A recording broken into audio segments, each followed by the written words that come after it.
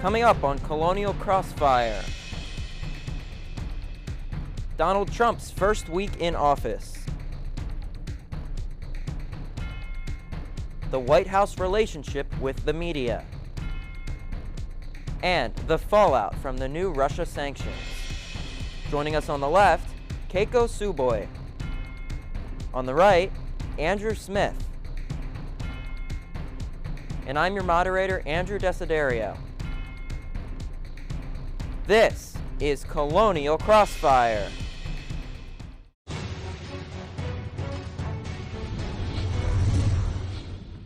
Donald Trump is the leader of the free world. Welcome to Colonial Crossfire. I'm Andrew Desiderio.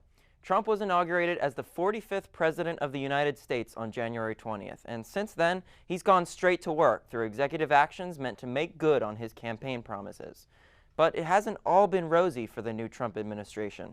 Since his inauguration, his ongoing war with the media entered a brand new phase, one that will define the relationship between the White House and the press for at least the next 4 years. So, is Trump delivering on what he promised? Will he continue to govern through executive actions? And what will Democrats do to fight back? Joining us to analyze that and more, our student panel. On the left, Keiko Suboy, a junior from Sacramento, California, majoring in international affairs. Keiko is the founder of Young Progressives Demand Action GW and interns at a voter outreach firm.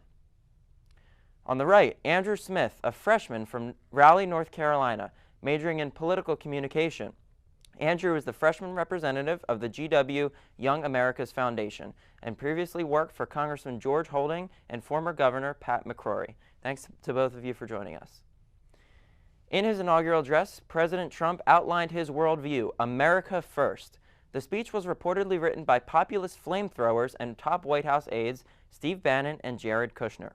As such, the address was criticized as presenting a dark and divisive view of America, with remarks about rampant poverty, a broken education system, gangs and drugs, and, quote, American carnage.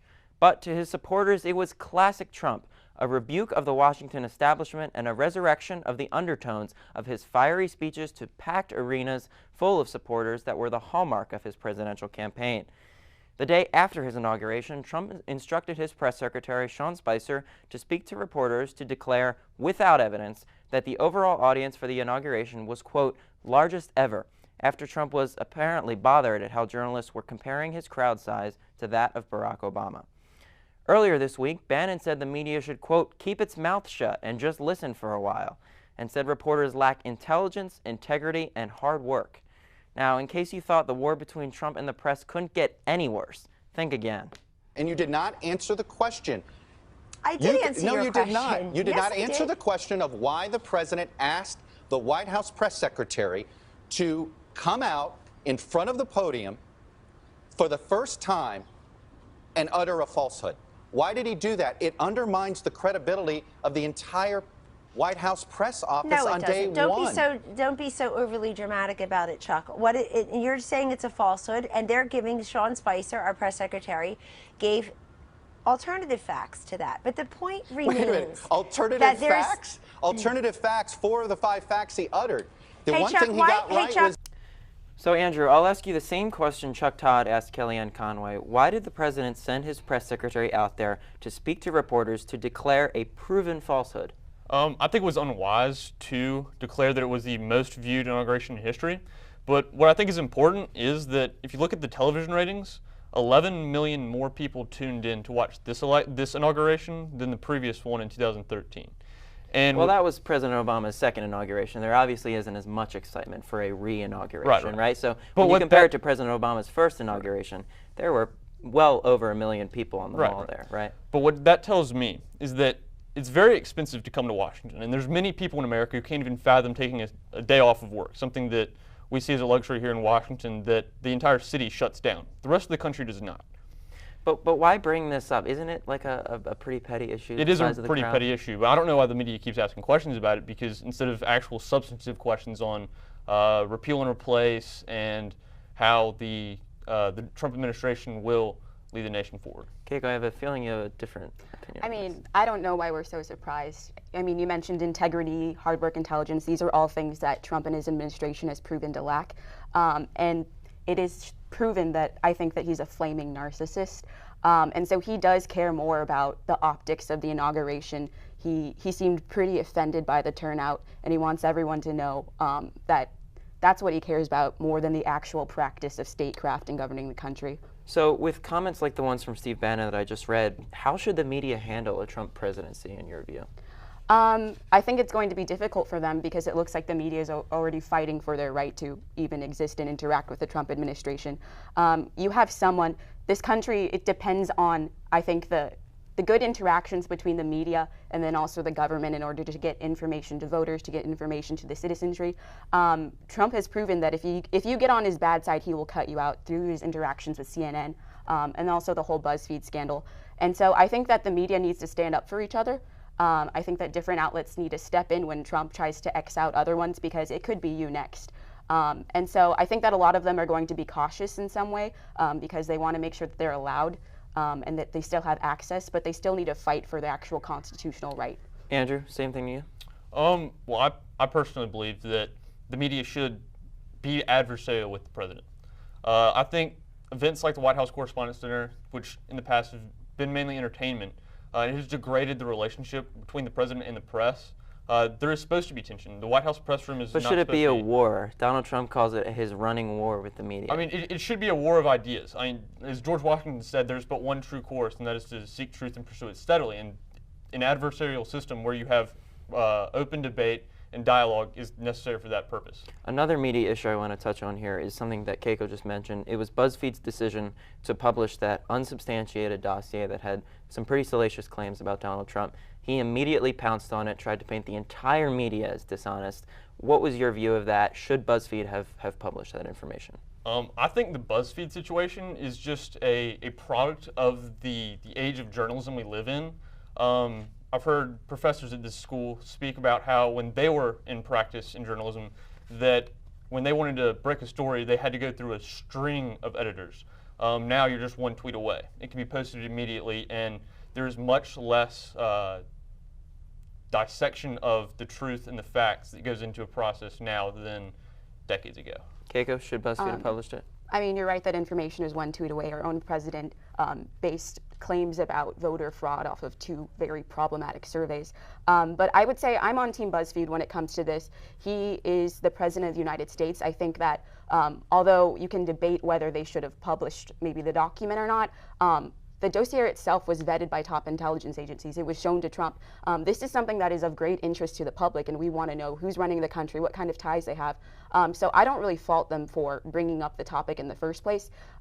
What further troubles me is the interactions subsequently that really tried to discredit CNN, a major news source. And I think that when you have a president that is that adversarial with the press, that's something that you see in countries with dictatorships, with authoritarian regimes. And then I think that Americans need to start taking a closer look at the way that President Trump is going to start interacting with the press and how they're going to be getting their information. Andrew, I want to pivot now to Trump's inaugural address, which I briefly introed.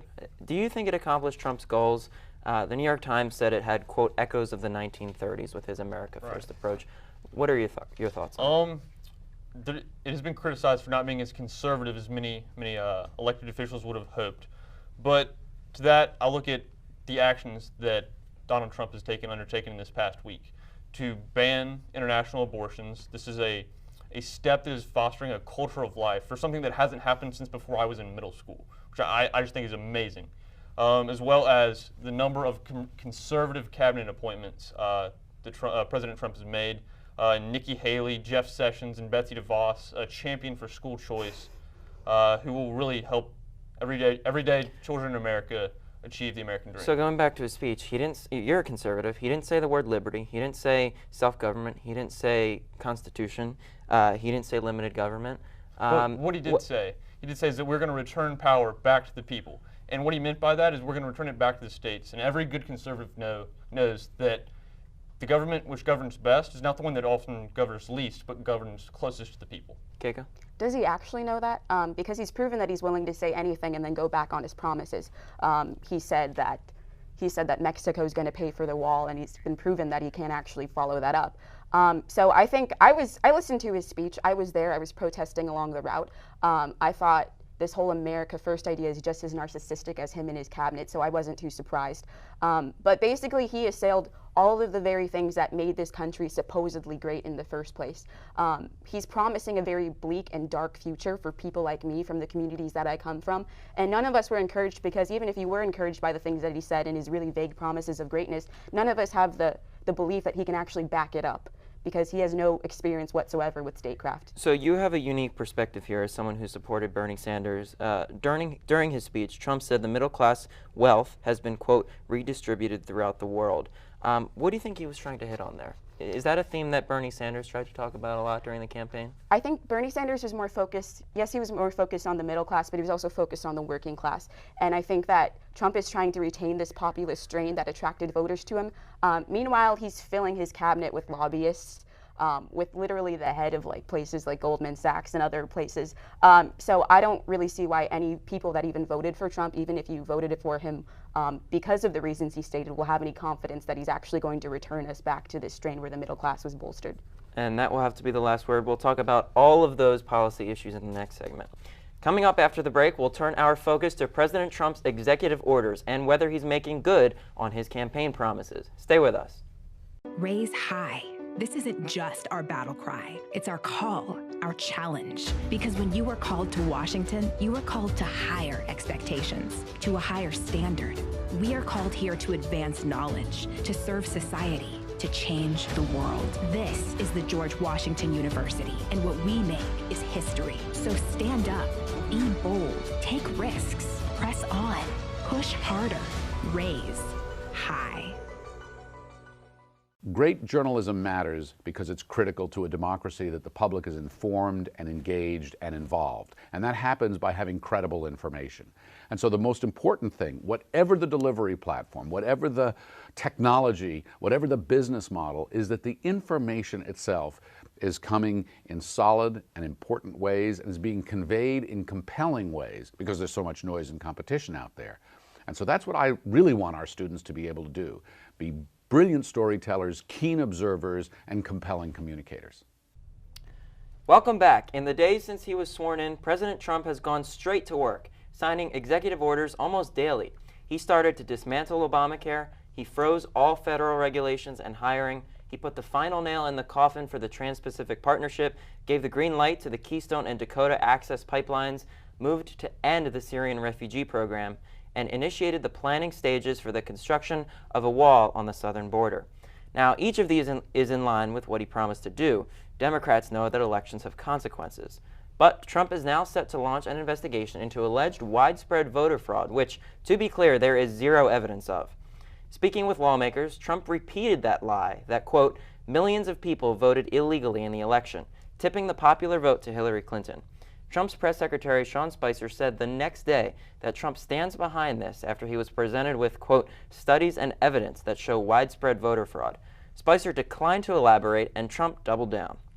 Well, we're going to find out, but it could very well be that much. You have people that are registered who are dead, who are illegals, who are in 2 states. You have people registered in 2 states. They're registered in a New York and a New Jersey. They vote twice. There are millions of votes, in my opinion. Now, I'm going to do an investigation. So, Andrew, why does Trump continue to repeat this lie about voter fraud, which has routinely been debunked? Well, again, I'm not going to try and get inside the head of Donald Trump, but I really don't think it's a lie in the sense that he says that he wants to conduct an investigation. And if you really believe that there is no voter fraud going on, then you would have nothing against an investigation which would confirm what you already believe. I don't think anybody denies that there is voter fraud, that it exists. But to say that there are 3 to 5 million people, that is a large portion of the electorate. And that, certainly, if there were evidence of that, that would call for a major investigation. But there is none, and the president and his staff have not presented any evidence to that effect. Right, but still, conducting an investigation would confirm that to be true, which there's nothing wrong with an investigation. But why waste resources on it if you don't have any evidence of it in the first place? If there's 6, 7 people here or there that have voted illegally, why devote federal resources to that? Because it goes back to the substance of democracy, that we have to trust our elections and that they are accurate and indeed who is the legitimate president. Keiko? Well, I don't see why we're so surprised that he's making unsubstantiated claims. He's been making unsubstantiated claims about himself, about his career, about his business connections, about his promises for the entire run of the year. But he's conducting this campaign because he's embarrassed that he lost the popular vote.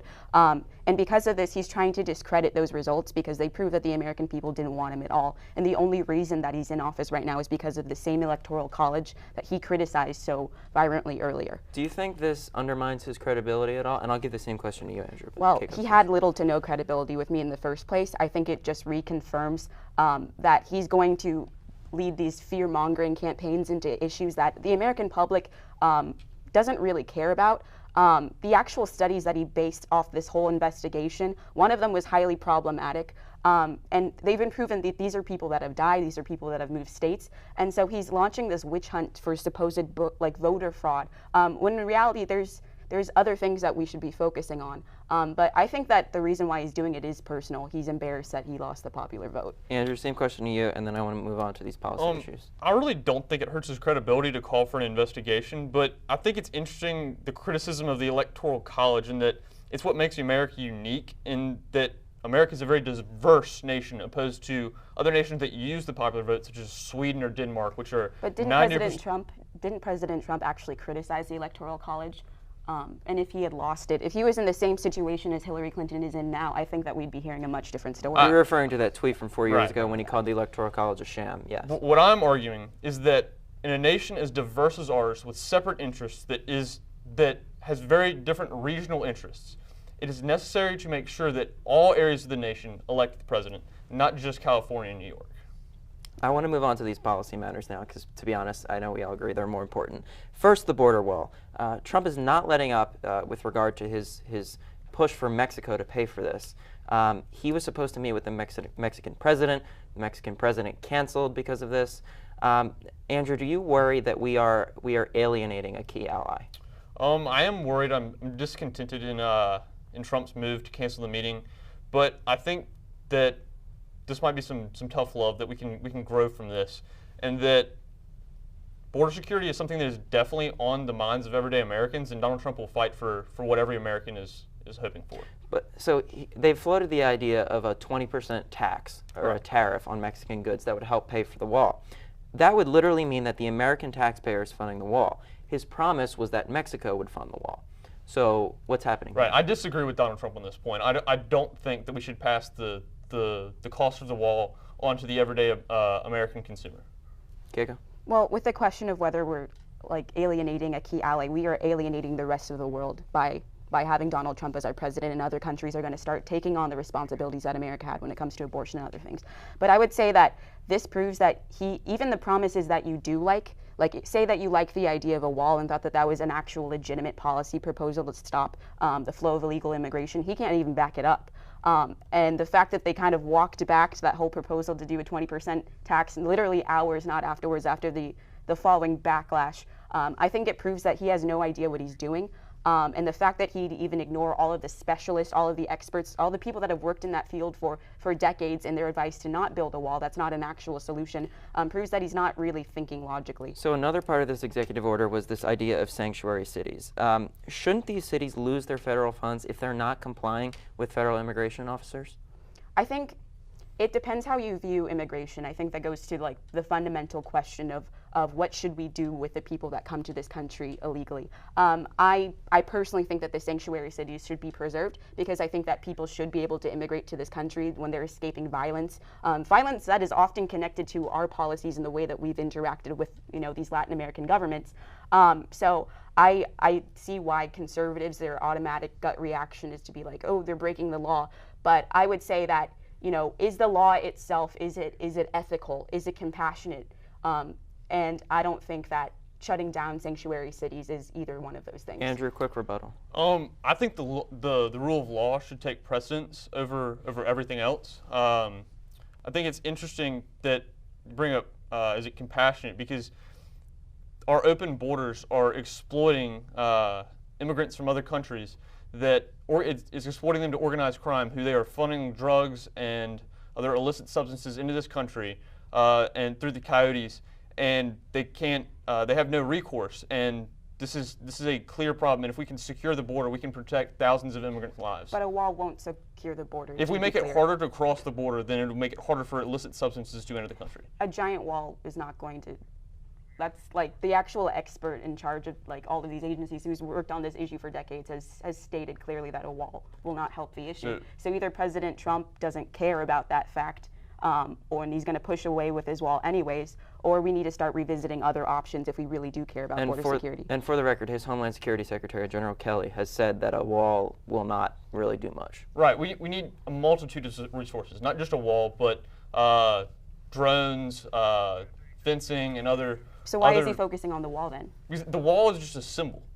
The wall is not always a literal wall. A 20% tariff on a key ally seems like a heavy price to pay for a symbol. That might be, I agree with that, but I think we do need to be serious about our border security, and he's open to discussion on this. If we're being serious, then why are we focusing on solutions that the head of Homeland Security says aren't feasible? I mean, he didn't go as far as saying it's not feasible. He says in full it's not feasible. It's not feasible, and it's also not.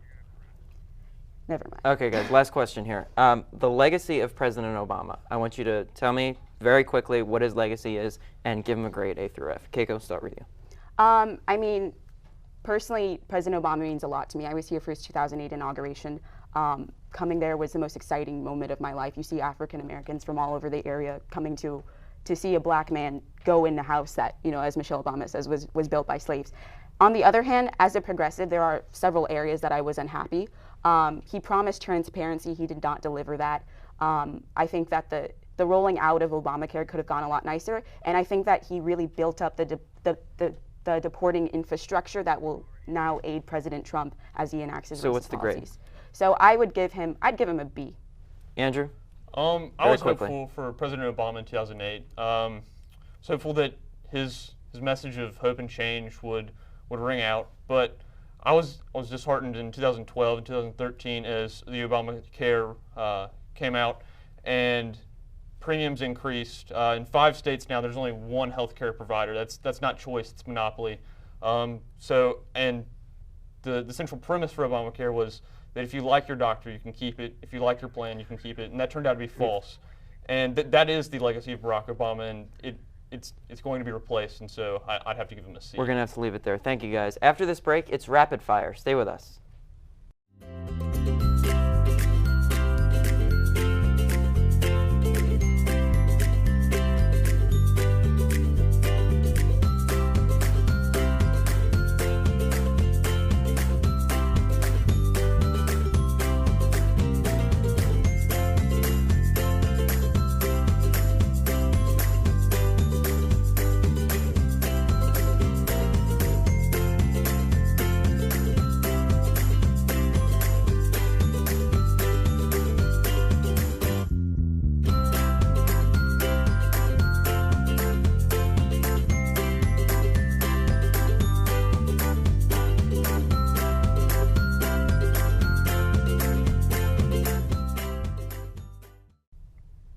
Welcome back. Our panel joins us again for Rapid Fire, some quick answers to some quick questions. More than 3 million people took to the streets in women's marches all across the country the day after Trump's inauguration to protest the new administration. Andrew, will these marches translate into Democratic successes at the polls in 2018 and beyond, or will they be short-lived? I think it'll be short-lived because I'm from North Carolina, and we've been dealing with these Moral Monday protesters where protesters rant and rave in the State House. But instead, they haven't made any gains in the State House whatsoever. Instead, Republicans have picked up seats in the House and Senate. And so I think if the Democrats want to take back the House, the Senate, or even the presidency, then they have to go out and register voters, something that they didn't do in Wisconsin and Michigan and where everyone else was ignored. Keiko? I think that as one of the people out there on the protest days, I think if you think that people are going to want to endure another 4 years of a President Trump or any more Republicans after they try to take away our health care, you are sorely mistaken. People are going to fight back because when you come for women, when you come for immigrants, when you come to LGBTQ people, when you come to all these marginalized groups that make our country great, they're going to register to vote. And I hope that translates into some results. And speaking of fighting back, with just under a month left until the elections, the race for the DNC chair is heating up. The race has essentially become a rehashing of the Democratic primary, with the two frontrunners believed to be Sanders-backed Minnesota Congressman Keith Ellison and former Labor Secretary Tom Perez, a vocal Clinton supporter. Keiko, who do you think should get the job? I'm Team Keith Ellison, but as somebody that was able to watch the debate, all of the candidates are extremely impressive and extremely qualified, and I think that if we had any one of them, we would have far better leadership than we've had in previous years. But I am Team Keith Ellison just because of the results that he's proven to have in his own state, and I think that it's important to have somebody in that position, a high DNC position, that can represent different communities and different perspectives. Andrew? I just hope it's someone who will lead to a strong opposition party, because I believe America works best when we have two parties. I feel that in the past, the Democratic Party has moved to identity politics, and I don't think this is anything that has any place in 21st century political discourse. I really hope and pray that the Democratic Party will embrace the everyday American and not try to divide us on lines of race, ethnicity, or socioeconomic income. And finally, Super Bowl 51 is this Sunday between the New England Patriots and the Atlanta Falcons. Andrew, who do you got? Got the Atlanta Falcons. Rise up. Keiko? I don't care about sports. I'm sorry. I'm just mad that my Philadelphia Eagles are not in. I know I say this every year, guys. And with that, we end our debate here on Colonial Crossfire. Thank you very much, Keiko Suboy and Andrew Smith, for joining us.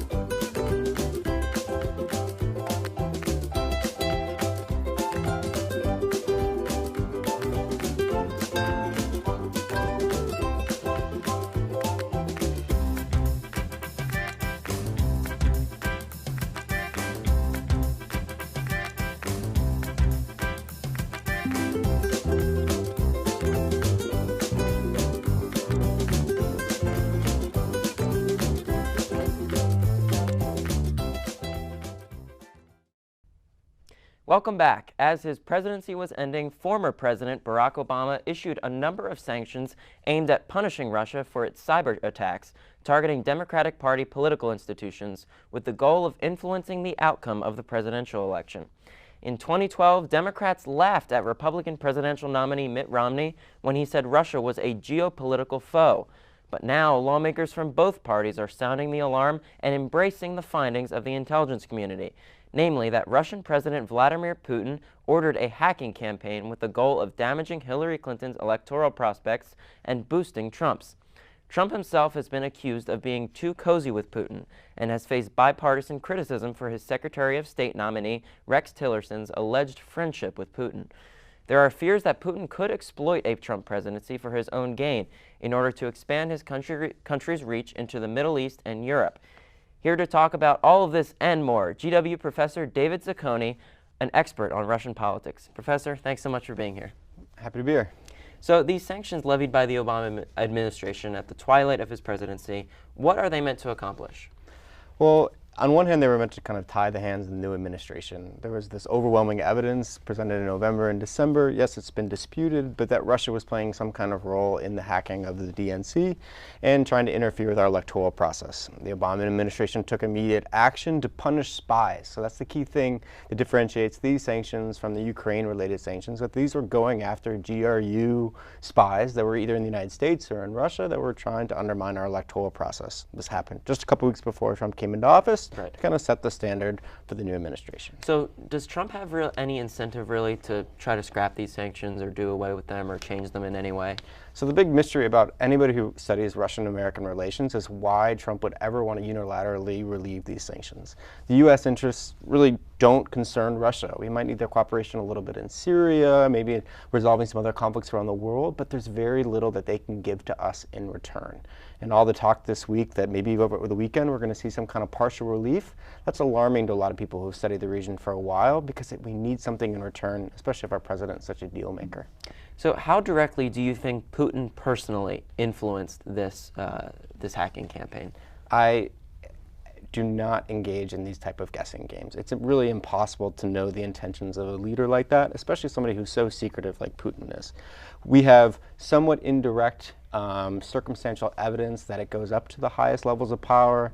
But I'm not going to get on record saying that Putin was behind every single one of these attacks. It very might be likely that people thought that's what Putin wanted and acted on their own accord. The intelligence community concluded that Putin preferred Trump to Secretary Clinton.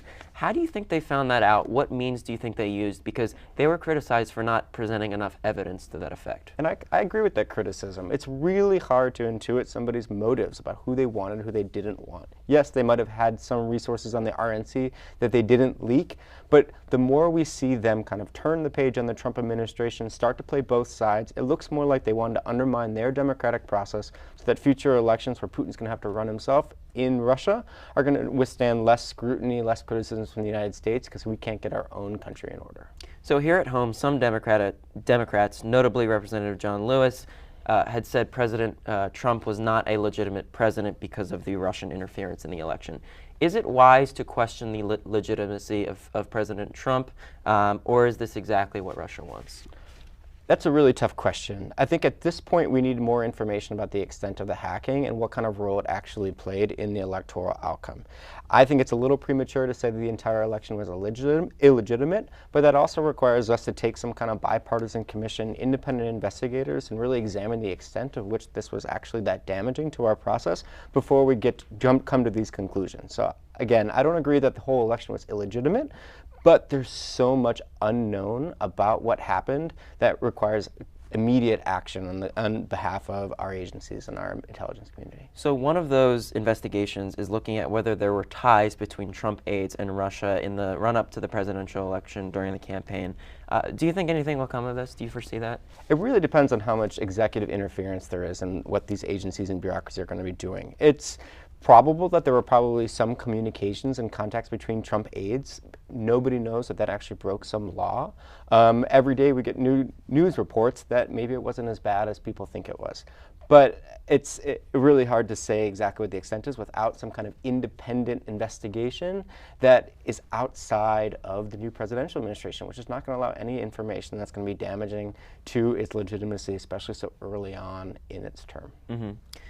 So Trump nominated former ExxonMobil CEO Rex Tillerson to be his Secretary of State. Do you share the concerns of lawmakers on both sides of the aisle that Tillerson is too close to Vladimir Putin to represent the U.S. on the world stage?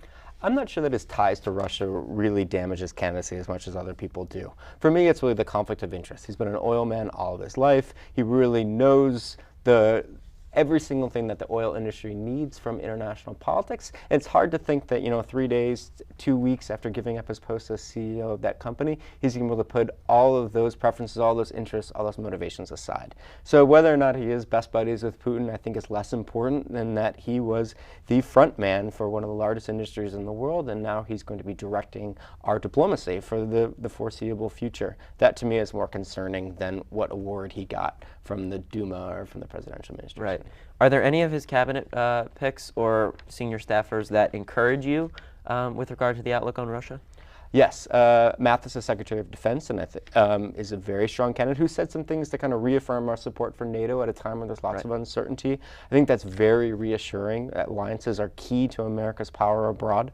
And I think John Kelly has really proven himself, especially with the quick approval through the different committees and being appointed, that he not only knows what's in America's best interest, but there's this very mature understanding and patience about not taking too abrupt or drastic action to disrupt all the relationships that America's built over the last century, quarter century, however you want to look at it. So I want to pivot now to Russia's role in the Middle East, currently and down the line.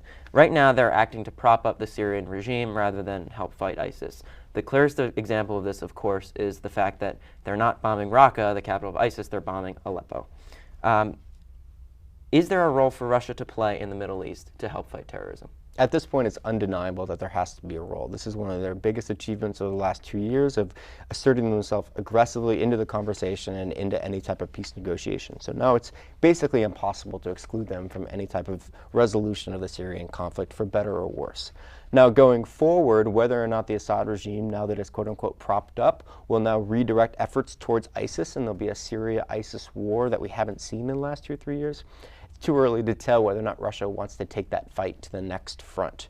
The more important thing is that Syria needs to be rebuilt. It's going to need millions and billions of dollars of reconstruction money, and especially with the current political atmosphere, I think it's highly doubtful that Trump's going to put up the money to rebuild Syria. So who's that going to be left to? The EU, which is already struggling with internal problems? It might be left to Russia, and that's why it's a little bit concerning, because Russia doesn't have the money, but they're very much intricated, and the expectations of Russia to kind of fix the problems that it's contributed to over the last year and a half of the bombing campaign, that's going to be very interesting to watch how the stabilization process goes forward and which countries take the lead. Do you think that under Trump now the U.S. and Russia would sign some sort of agreement of cooperation in Syria, like you said, to help rebuild the country or to push back ISIS? I think we're going to see piecemeal efforts to repair the bonds. I don't think we're going to see Trump jump into anything, partly because of these really damning accusations that have come out the last couple of weeks that Trump is in Russia's pocket.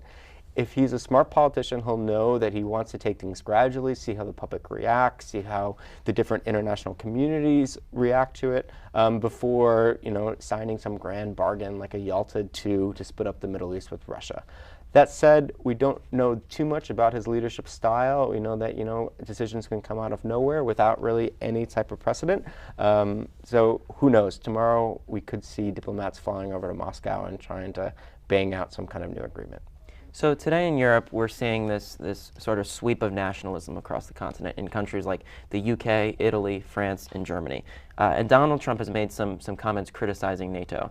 Do you think Russia will become more aggressive in trying to establish a coalition of states to counter the EU and NATO and sort of take advantage of A, the nationalism spreading across Europe, and B, Trump's comments criticizing NATO and its effectiveness? I'm a bit skeptical that there's going to be a new formal coalition with Russia at the head in the near future. Russia just simply doesn't have the resources to fund that type of group of states. It really needs to get its own internal house in order.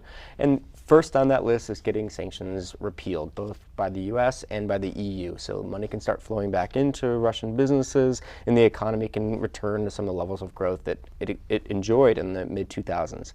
That is the biggest priority. After that, you might see a little bit more assertive policy within Eastern Europe, maybe with certain states in EU trying to break up long-standing bonds. But Russia wants sanctions gone, and it sees the best way of doing that is fragmenting the agreements that have already been put in place by the 27 EU states, or 28.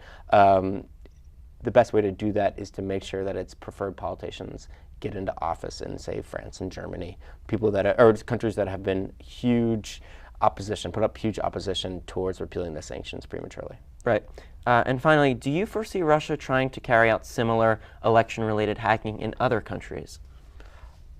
Yes, I do. I think that besides the leaks that implicated the Russian hackers in the DNC, many Russian lawmakers and officials are probably quite pleased with what they were able to pull off in the United States. Again, we don't know the extent of what they were able to do, but even some kind of minimal or small successes, I'm sure they were saying, well, that's really worth the money and resources we devoted to it. We could probably do the same thing with the upcoming French elections and the upcoming German elections. It's hard to create defenses against these type of incursions, especially in the short term. I mean, states are very vulnerable to this type of interference. So I would absolutely expect that we're going to see more and more of this in the EU elections in various countries over the next throughout the next year.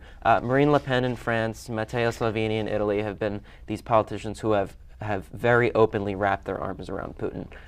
So you think it's a possibility that Putin will then try to intervene in their elections this year? Well, again, we don't know if Putin prefers certain candidates over others, and I don't want to be on record saying that, but I do think the idea of undermining democratic legitimacy in these countries and getting different leaders in power. So any of the leaders right now, like Merkel or Hollande, who are really supporting Russian sanctions, get them out, get somebody new who might have a different perspective on the best way of resolving the Ukraine conflict, and maybe building business ties to Russia in order to increase European growth, which has suffered because of some of the measures that were taken in the last couple of years against Russia. And of course, we'll see what happens going over the next year. Professor, thank you so much for being here. You're very welcome. Appreciate it. Yep. When we come back, Casey Decker has our debate fact check. History isn't only what's happened. History is also what's happening. At the George Washington University, we're making history every day. We pass legislation that shapes our lives, our culture, and our future. We live the mantra, champions in the classroom, in the community, and in competition. Which instills in us a determination to reach new heights. We break new ground in the treatment of patients and the study of disease. And tackle the most important challenges in our society. We form new relationships and grow as entrepreneurs. And we imagine new ways to connect on a global scale. As alumni, we make history by supporting students. We create scholarships that make an exceptional education attainable. We provide tools and facilities that allow new ideas to come alive.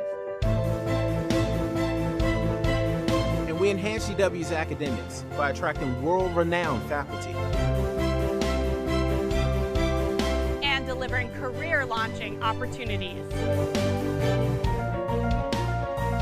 I'm making history. I'm making history. I'm making history.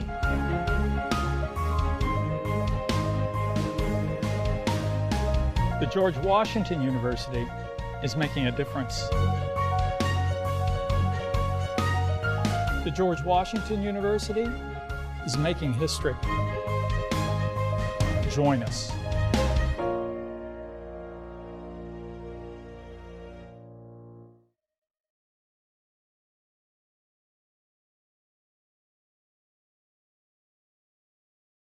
Welcome back. During our panel discussion, a team of fact-checkers monitored our debate. Casey Decker is here to fill us in on what we missed. Casey? Andrew, a couple of alternative facts from both our debaters today. First, our conservative Andrew. He said that President Trump has banned international abortions. To be clear, the president doesn't have the authority to ban abortions abroad. He can, however, revoke federal funding to organizations that provide abortions abroad, and that's exactly what he did.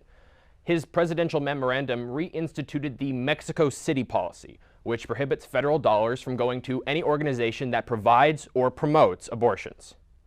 Andrew also said that President Trump canceled his meeting with Mexican President Peña Nieto. That's not true. It was Peña Nieto who canceled the meeting with Trump shortly after Trump signed executive orders aimed at beginning work on the wall. Finally, Andrew said that since the leftist Moral Mondays protests began in North Carolina, the GOP has actually picked up seats in the House and Senate. That's half true. The protests began in 2013. At that time, Republicans held 32 Senate seats. In 2014, they gained another 2, and then in 2016, they gained 1 more. But in the state House, Republicans went from 77 seats before the protests began to 74 seats in 2014. That number stayed the same in 2016. Now, as for our liberal debater Keiko, she said President Trump's cabinet is full of lobbyists. The cabinet does have a couple of former CEOs, but no professional lobbyists. There were, however, a number of lobbyists on his transition team. That's all for the fact check. Andrew? All right, thanks, Casey. And now for Spilled Milk. Here's our tribute to the very best of late-night political comedy. Today, my love has gone away. The bottle stands so long. Now you realize what the CIA and FBI have to do. You know what they should do? They should start making little videos for Trump to watch. They should make news especially for him, because he's like a little child. They're gonna have to come out and make like a little production for him, just like beep, beep, beep, beep. It's CIA news. Today, Donald Trump, the great Donald Trump, needs to know how to fight ISIS. And Trump will be like, yay, that's me. I'm on the news. Going to the Women's March was like waking up from a nightmare to find that the monster was real, but all your friends were there with sticks and torches and unflattering hats to beat back the darkness. If only we'd known sooner that all you have to do to get white women to show up to a protest is to give them a craft. Those around Trump are trying to get the cable news consumer-in-chief to be near a television less often. If you tried hiding the remote someplace he would never look, like under the Constitution? But he was so mad, he made his press secretary, this guy Sean Spicer, who hadn't even had his first press conference yet, he made him gather the press immediately on a Saturday to yell at them. Here's Trump's press secretary, Sean Spicer. 연설하시겠습니다. Hold on, that's the wrong dictatorship. All right, well, that's all for this episode of Colonial Crossfire. For all the latest updates from our political team at any time, be sure to follow us on Twitter and like us on Facebook. And check us out online at www.gw-tv.com. For all of us here at GW-TV, I'm Andrew Desiderio. Thanks for getting caught in the crossfire with us. We'll see you right back here next time.